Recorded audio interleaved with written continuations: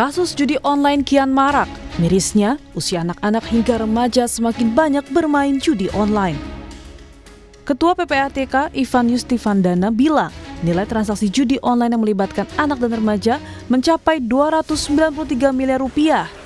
Tak sekedar jumlah anak, PPATK mengklaim memiliki data anak yang terlibat judi online. Seperti nama dan alamat tempat tinggal, Ivan bilang data itu sudah diserahkan ke kepolisian. Dan secara keseluruhan, dari usia kurang dari 11 tahun sampai 19 tahun, ada 197.054 peserta atau anak gitu ya.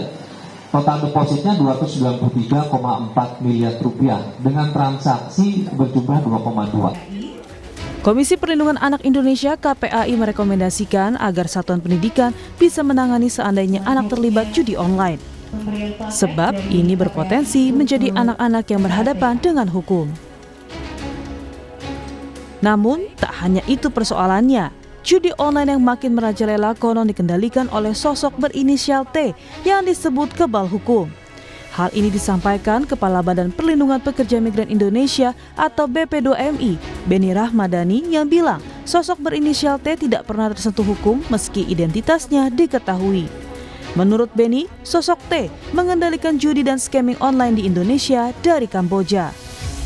Untuk hal ini, saya menyatakan di depan Presiden, Panglima TNI, dan Kapolri, sebetulnya sangat mudah untuk menangkap siapa aktor di balik bisnis judi online di Kamboja dan siapa aktor di balik scamming online. Saya cukup menyebut inisialnya T aja paling depan lah. Yang kedua saya nggak perlu sebut, dan ini saya sebut di depan Presiden. Boleh ditanya kepada Pak Menko, Pak Mahfud MD saat itu, ya, Presiden kaget, Pak Kapolri kaget, agak cukup heboh rapat terbatas saat itu. Orang ini adalah orang yang selama Republik ini berdiri mungkin tidak bisa disentuh oleh hukum. Mohon maaf dengan segala hormat.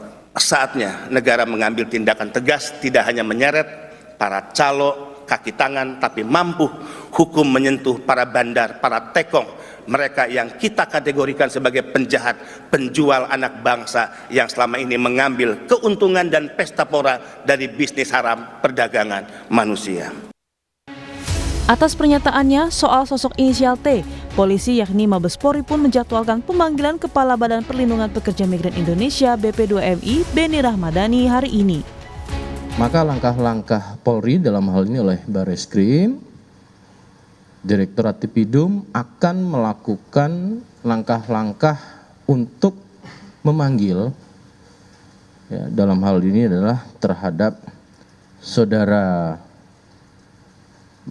Beni Rahmadani yang akan dilakukan proses pemanggilan untuk klarifikasi dan mendalami informasi yang didapat tersebut pada tanggal 29 Juli 2024.